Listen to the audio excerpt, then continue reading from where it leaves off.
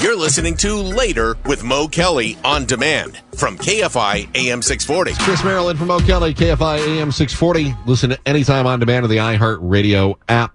I do want to give a little bit of a follow-up to, we discussed the UAP hearing in Congress yesterday. I wanted to give a little bit of a follow-up, and for those that missed it, I'll recap that in a moment. But Mark, you were talking about the National Toy Hall of Fame. Yeah, that's right. Do you have a stick horse, Chris?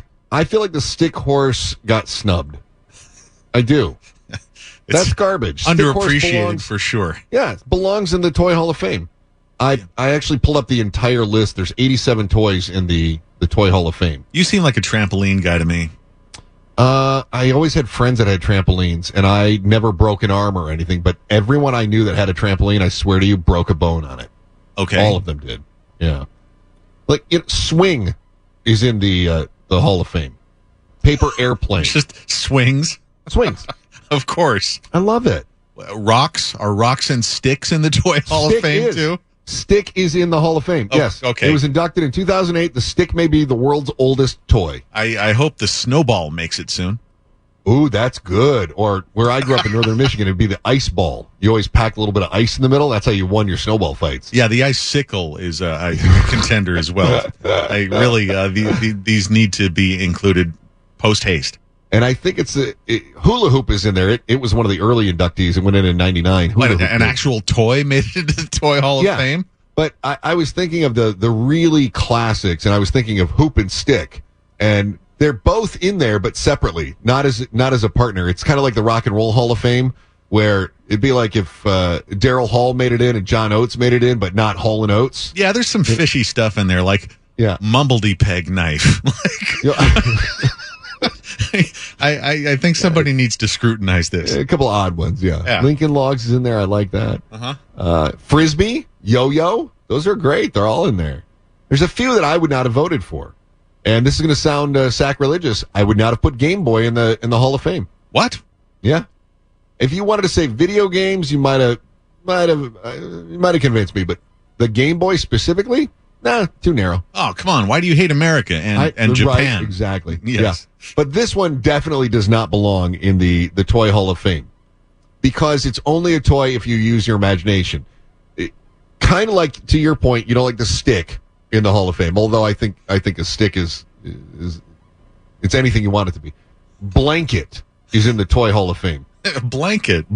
Okay. And I'm guessing because you could turn it into a fort, you could turn it into a cloak, you could turn it into anything, but you had to use your imagination. I'm a big fan of sock with bar of soap in it for the Toy Hall of Fame.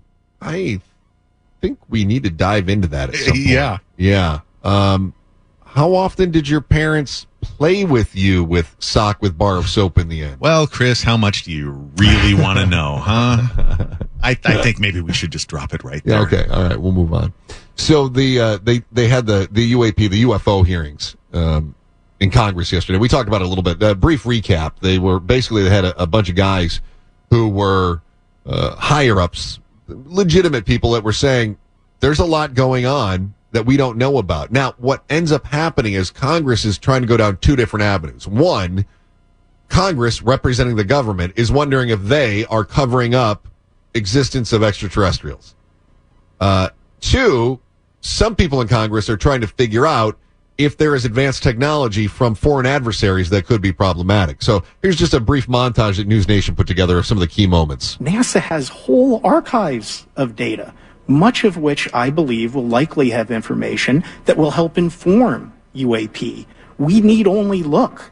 And again, in an era with AI and ML. What is that? That was not my computer. I don't know what that is. That was recorded in to the feed. We can relatively... I think that actually went ding-dong. Not like a Tim Conway ding-dong, but I think it went ding-dong in the hearing. No, that was your smartwatch. You're having a stroke. Oh! Damn it! And again, in an era with AI and ML, we can relatively quickly and easily go through it. So I think it's something that we should encourage NASA to do. This is a presentation from the UATP task force. This is completely absurd. It's nuts, this level of censorship, of redaction on a document. It shows the redaction of how many reports they've collected, for how many years. 2 of the 3 potential explanations are blacked out. The Pentagon The intelligence community is treating us like children. It's time for us to know the truth about this. I think that we can handle it. No, we can't. And I made this point briefly yesterday, and I had somebody reach out to me, and they said, why wouldn't you want to know the truth? And I couldn't tell if they were reaching out genuinely or if they were reaching out and trying to question my sanity. I have very little faith in humanity. And maybe it's a survival mechanism that I just don't necessarily trust society as a whole. Let me give you an example. I'm old enough to remember there was once a time where suddenly we had this virus that spread across the country, and it was making people sick. This virus was causing respiratory issues, and especially for people who were immunocompromised or older, it was killing them. And it killed 1 million people in the United States alone, 20 million or more worldwide. And it was terrifying. And what did we as a society do when this pandemic broke out? Now, many of you don't remember this because it was a very, very long time ago, but I have a razor-sharp memory.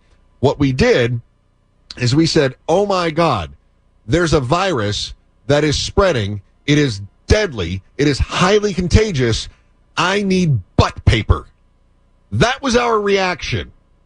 And now you expect the same people who responded to the pandemic by hoarding toilet paper to somehow say, neat, there's aliens among us. No, that is not the reaction we're going to have. If you introduce evidence of aliens, that brings about religious wars. It brings about theological acrobatics. You'll have people saying, well, my doctrine has always said that there is the presence of this. And they'll pull up some piece of scripture. And they'll say, there it is. This is what they were talking about. And you'll have others that will say, I don't read it that way. So everything I knew about the heavens and the earth and yada, yada, yada, it doesn't make sense. And then you're going to have people that start trying to argue their theology against the aliens. And then you're going to have, my goodness, they are a threat to us and they're an abomination. This is not God's plan. It will be chaos. Some belief systems will adapt. They'll reinterpret those documents. They'll adjust. Others fall apart completely. There would be a massive shift in religious affiliation. There would be a massive growth in non-affiliation, for that matter. Arguments about religious philosophy would immediately go to, what about the aliens? It all would fall back to this. It would be the ultimate topic killer if all of a sudden there's extraterrestrials. If Men in Black becomes a documentary and not fan fiction. And then it raises existential questions. If I always believe, now, I'm not talking about life out there because I think many of us believe that there is life elsewhere. I'm talking about the idea that we are being visited by people who are technologically superior. And again, I told you I love Ancient Aliens. I think that program is endlessly entertaining to me. But I don't believe it. It gives us these existential questions. Many people can handle them. But as a society, we can't process that. We can't process our new place in the universe. We can't process the idea that no longer are we the top of the food chain, that at any point somebody could destroy all of us. If all we've ever been taught is about humans' place in the universe and that falls apart, what else do we think? What else is out there that we think we accept as fact that just isn't true? We start questioning everything, even our concepts of right and wrong. New philosophical questions start to warp our very understanding of reality. And then we start operating under this notion of impending doom. Feeling like you've got a species so far technologically advanced. What happens when they decide they want the planet? What can we do then? Now, I know we all saw Independence Day. All it takes is one of the Quaid brothers to fly a crop duster up into a alien butthole and all of a sudden everything explodes and we're all saved. But that's not the way it works. Tom Cruise doesn't fly into War of the Worlds and save us. No. We all die. That's what happens. And they get whatever resources they want. And even if that's not their goal, that's what goes on in our minds. And we start to panic. The idea that we as a species can handle that information, Not a chance. Keep redacting it.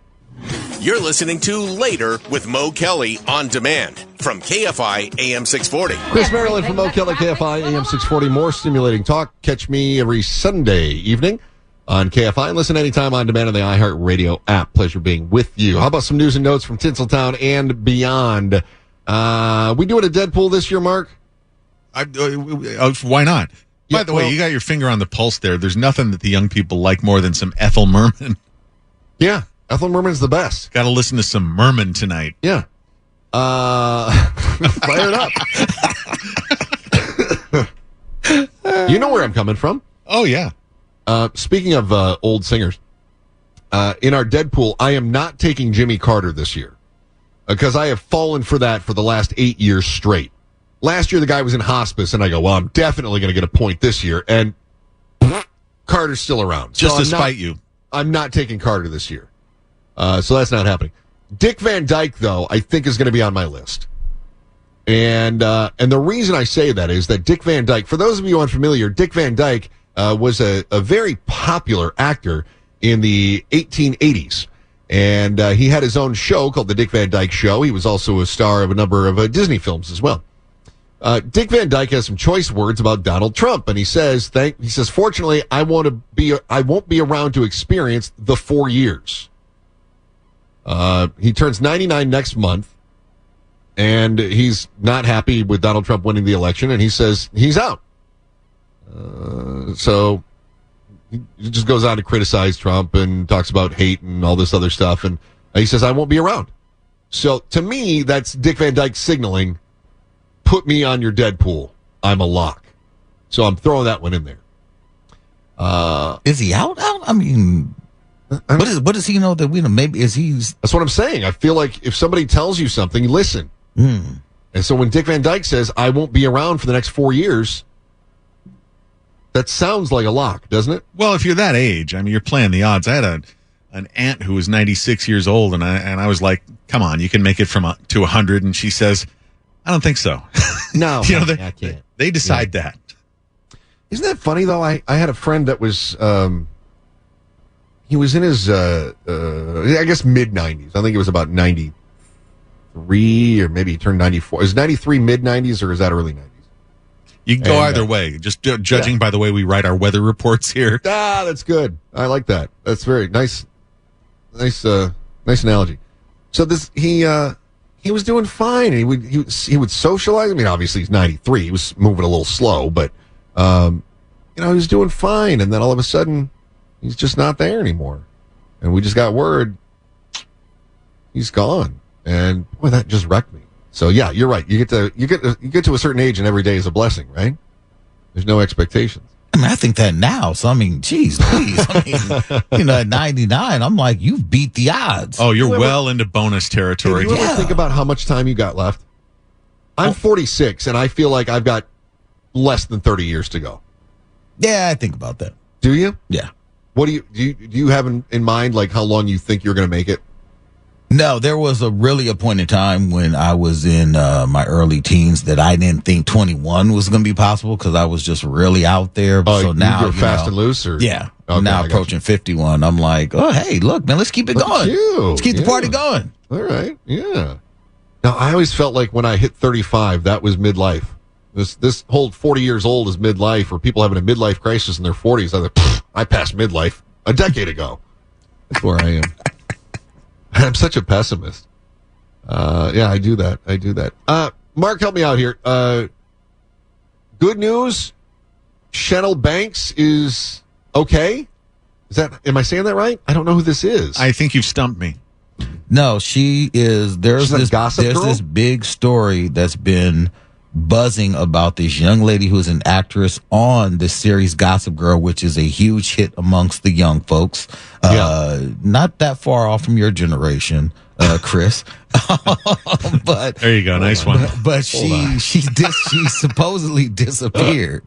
And then she's found, and then her family is saying, that's not her. We don't believe that's her. So she's having to go through all these lengths to prove it's her. But she says she ran away from the family because the family was being abusive. So, what? Yeah. But the family is saying, don't believe it. Keep the missing person post alive. So, okay, hang on. Yes. She says the family's abusive, so I disappeared. The family says she disappeared, so she's missing person. Mm-hmm. She says, no, I'm still here, and I'm fine. Family says, that's a body double? Yeah, something like that. It's not her. It's not the real her. So how does she go about proving that it's really her? Just showing her ID? And I know she did a FaceTime with the cops, right? Yeah. LAPD was looking for her, and she ended up FaceTiming with True Crime News, I guess. And then she contacted LAPD, I think. And they found her. She's in Texas. Yep. And the family says, no, it's not her. It's all a big cover-up. Yeah, we don't believe it. Okay, well, that family does sound crazy. Right? I'm kind of on her side here. The family does sound nuts if they're trying to claim that there's some elaborate body double scheme. An elaborate ruse. We don't know who that is trying to prove it's her, but it's not her. We know. And for what? And you know what's crazy is some cousin that's been going around making the round saying she couldn't answer one personal question that was asked of her when the police were inquiring whether it was her or not. I'm like, okay. Right? What? And even if she did, they'd say, well, that's not good enough. Anybody could have found that out. Yeah. What was the name of your second grade teacher? Well, anybody could have looked up an elementary school yearbook. Right, but how would they have known to look up the second grade teacher and have that information handy? That kind of thing? Yeah. Right? Is that This is what happens when you spend too much time on social media as a kid. You just start to believe all kinds of crazy crap. This is it. Yeah. Families are weird, man. Some families are a lot weirder. Speaking of weird, there's a fun little bit of irony happening in media today. And according to one party, the biggest media deal in the history of the world. In fact, this media deal is so big, take all other media deals that have ever been done, add them together, and you still don't get to the $1 trillion figure that one party claims they paid for this media outlet. I'll tell you what that is next.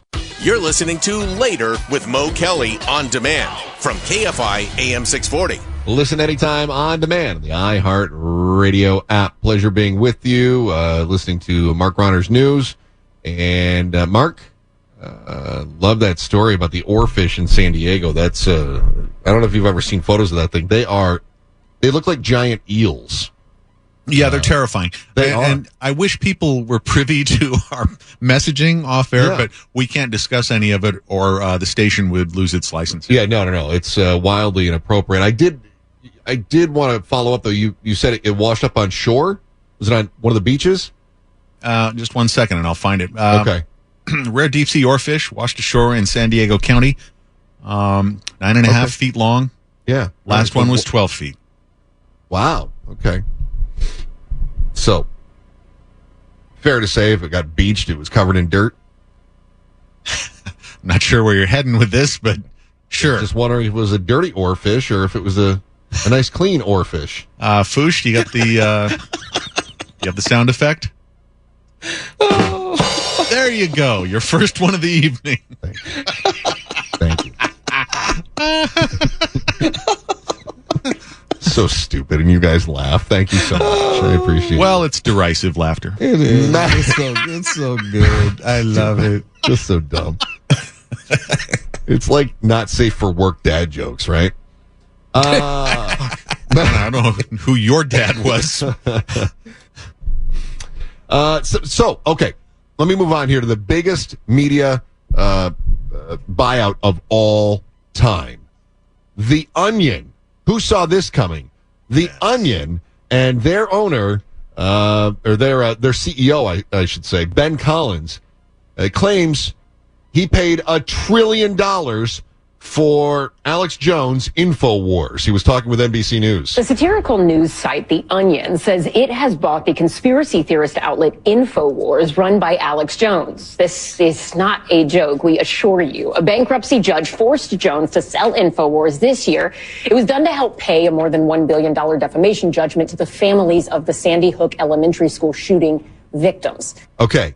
When Ben Collins was talking to the AP, he was talking with AP, and they said, how much did you pay? It was $1 trillion, $1 trillion. $1 trillion.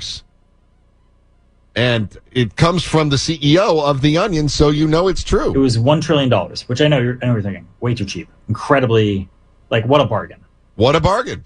But we thought it was worth it. It's just a small part of our media empire. So $1 trillion, small part of the media empire. The problem is the AP doesn't really have a sense of humor. And so you've got the legitimate news site who's talking with the most creative news site out there, which is all based on satire. And they're not very happy that he's not being serious. But seriously. I can't say. I can't say it. Yeah. Okay. Okay. Because he asked, how much did you pay for it? He goes, I can't say. No, but seriously. Okay, but I'm asking for, he's like, okay, fine. I had known some of the lawyers for the Sandy Hook family, so I gave them a ring. I was like, what does this look like? How do we actually do this? And they gave us some information about how to get this moving. So then we thought we could make a bid here, and the families decided they would effectively join our bid, back our bid, to try to get this over the finish line. So the Sandy Hook victims, who are going to be the benefactors of the sale, are backing the sale. This is so delicious. I just love it. Jones repeatedly called that shooting a hoax, and some of those families. Alex Jones, the guy from InfoWars, of course, is who. I'm back at the NBC story now. I'm bouncing around. Just follow me. And some of those families supported the Onion's winning bid. NBC News senior reporter Brandy Zadrozny joins us now on set. Brandy, this is a crazy story because to a lot of, or at least to me, it seemed like I didn't know the sale was happening. I knew there was still all this legal hubbub around Alex Jones. I knew about judgments, but I was like, I didn't know it was going to go up in this way. We did, because we were paying attention to the news. Yay. Also, the Onion stepping in to buy it. Why and what do they do with it? You might know that the Onion's CEO is actually an old colleague of ours, disinformation reporter Ben Collins. Wait, I did not know this. Okay. Yes. This anchor doesn't know anything. She didn't know that InfoWars was up for auction. She didn't know that Ben Collins used to sit in her chair. It's still got his butt stains on it. So there's a very interesting reason probably why this was on his radar, right? Mm-hmm. So he knows all about it, is very familiar with the case. And so he, along with the Onion in total, has partnered with the Sandy Hook families in Connecticut to bring about this deal. Mm-hmm. He is going to change the site. The site is already down right now. There is no more Infowars.com. It will be born again, and it will be a parody site. It will have well-known influencers, content creators, and that's what will be on the site. Every town for gun violence will also have ads on the site, and it's really, we're not sure what to make of the new site, what will be, but he's got big plans. Almost sounds like the Onion meets college humor, doesn't it? If we're going to do influencers doing things on the site, I'm kind of looking forward to it. By the way, Alex Jones was on air when he had the story pop up. You want to hear Alex Jones' reaction? It is very Alex Jonesy.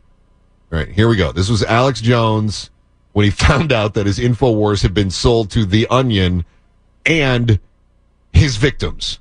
So we are here on air right now, and I want to see the documents. I want to see the court order. Of course, he doesn't believe it. The Onion buys Alex Jones InfoWars at auction with help from Sandy Hook family. So they're buying a company. He's processing it. To get the equipment, the name. The supplements. And money that's in InfoWars. Uh-huh. Yeah, because you owe it to them because you lost. To then give it to themselves. But it's not about the money. No, it's about screwing you over, dude. Yeah. Again, it's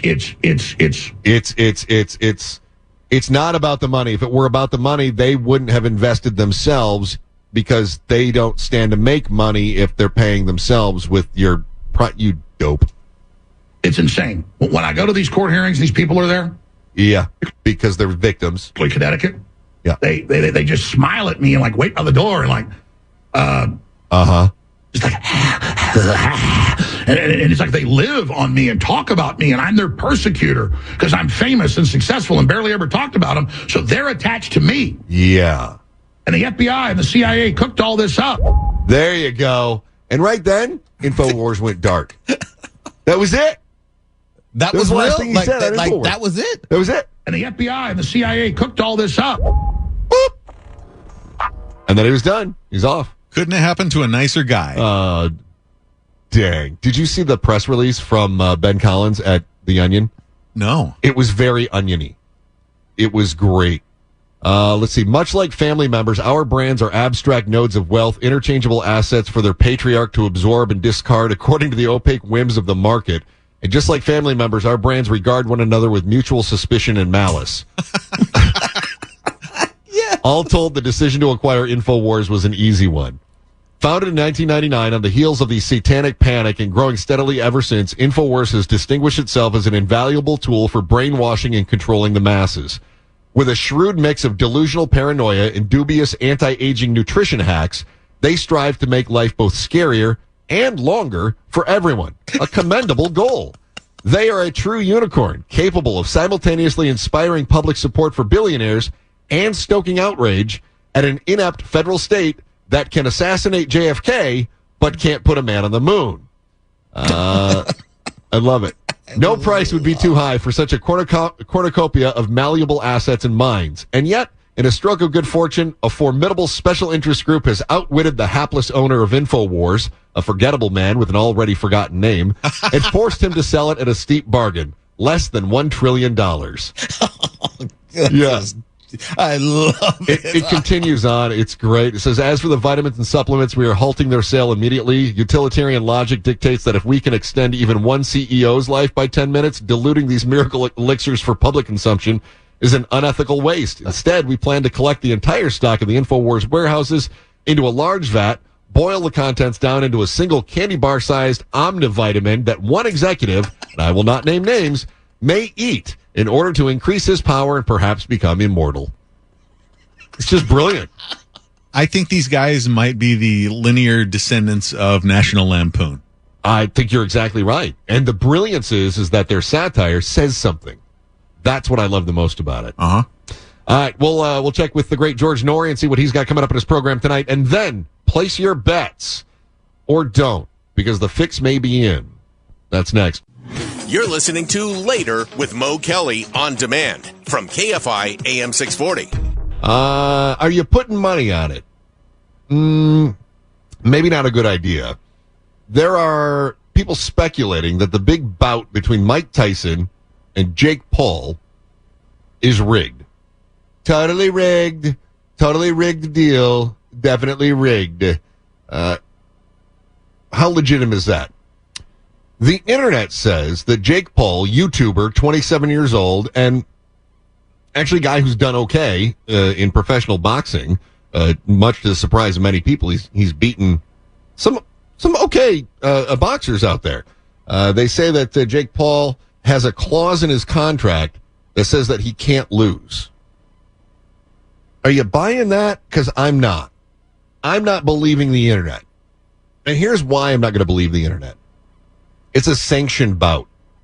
No way would the state of Texas, I don't know if it's gaming or athletic or boxing or whatever their governing body is, no way would they sanction a bout that can be wagered on if that bout has one of the potential outcomes predetermined to not be allowed. In other words, they wouldn't sanction a bout that Mike Tyson can't win. Does that make sense? And people say, well, just because he says he can't lose, it means he could win or there could still be a draw. But that's not what people are betting on. They're betting on, is Tyson going to win or is Jake Paul going to win? And if he has a clause in his contract that says he can't lose, that's not something you would have in a sanctioned bout. But people are convinced that the fix is in. I may be a little bit biased in this regard. Tuala, do you remember back in the 80s when Tyson was the greatest machine in the ring? Yes, murdering people in the ring. Murdering them. Yes. I mean, was there any thought in your mind? Now, here's the thing. I never saw Ali box. I wasn't born yet. So, Mark, could Tyson have taken Ali? That's a rough one because they were both completely different kinds of fighters. Right. Tyson is just an absolute monster. Yeah. Ali was an artist.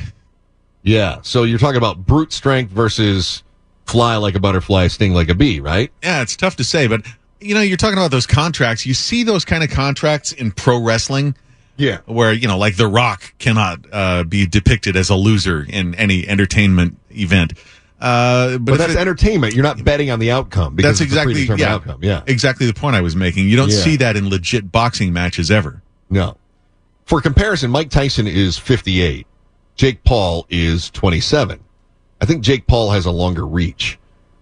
I still don't think, and again, maybe I'm just biased because I saw Tyson in his prime, and I know when he lost to Buster Douglas, that was one of the great upsets in sports. Is that fair to say? Absolutely. One of the biggest upsets in boxing history. Yes. Massive upset. And then, of course, Tyson's life went to crap after that, and we found out that he was not just a monster in the ring, he had a habit of being a monster outside the ring, too. And then he went to prison, and he never really came back to the level that he was before. But he did become he did become kind of a pop culture thing. Oh yeah, he's even in one of the Ip Man movies. Yeah. And of course, star of the guy's going to Vegas movie, right? The Hangover. Hangover. Yeah. That's what I was thinking. That's kind of when he first started coming back. Yeah, from like a pop culture standpoint. Exactly, yeah. Because there was a time that he bit off more than he could chew, and then he sort of fell into irrelevance after that, but then all of a sudden kind of came back. And then the weird face tattoo thing. Don't give it to him, Foosh. Do not give him a rim shot for that. Yeah, don't do it. Don't do it. No, that was low-hanging fruit. I just took that. So he ended up with he ended up kind of becoming a bit of a pop culture thing, but guy never stopped training. I mean, I think the guy's still got the animal instinct. The question is he too old? Has his body betrayed his desire? If I'm betting, and I know right now Jake Paul is the odds-on favorite, and that's tightened a little bit because he had become such a big favored boxer that all of a sudden people were putting money on Tyson because it looked like it was going too far out of the way and they could make more money on Tyson. I always felt like Tyson's got this. I had some friends texting me tonight. We have a group text, and they were saying, I feel like the smart money is on Paul, but my heart is with Tyson. And I guess so. I still think Tyson's got this, and I'm really curious. I think we're going to be on the air when this is going on. So, Foosh, you'll have to monitor it for us. Obviously, I know you've got a lot of experience, as a boxing journalist, so maybe you can kind of give us a blow-by-blow as it's going on. Yeah, some color. Yeah, right. I'll do my best. Thank you so much for doing that. Appreciate it. I would like to see Tyson absolutely obliterate him. Me too. They had to change the rules, though. Instead of being a 10-round bout, it's 8. And instead of 3-minute rounds, they're 2. And I think that's because Tyson has to stop and do some calisthenics in between, maybe tapioca pudding, watch Matlock, that kind of thing. Well, you get tired. Man, the fruit keeps getting lower and lower, doesn't it? I mean, I'm just picking off the worst stuff right now. You've had your quota of rim shots for the night. Yeah. Good time to call it quits. Back tomorrow night. Can't wait. Looking forward to it. Tawala, I appreciate your work, man. I have so much respect for you. Foosh, man, you keep the trains on time better than anybody I know, and I appreciate you. Ronner, my God, you are like a brother from another mother, and I love you for it, my friend. Can't wait to talk to you guys tomorrow night. Chris Merrill from Mo Kelly, KFI AM 640. We're live everywhere on the iHeartRadio app.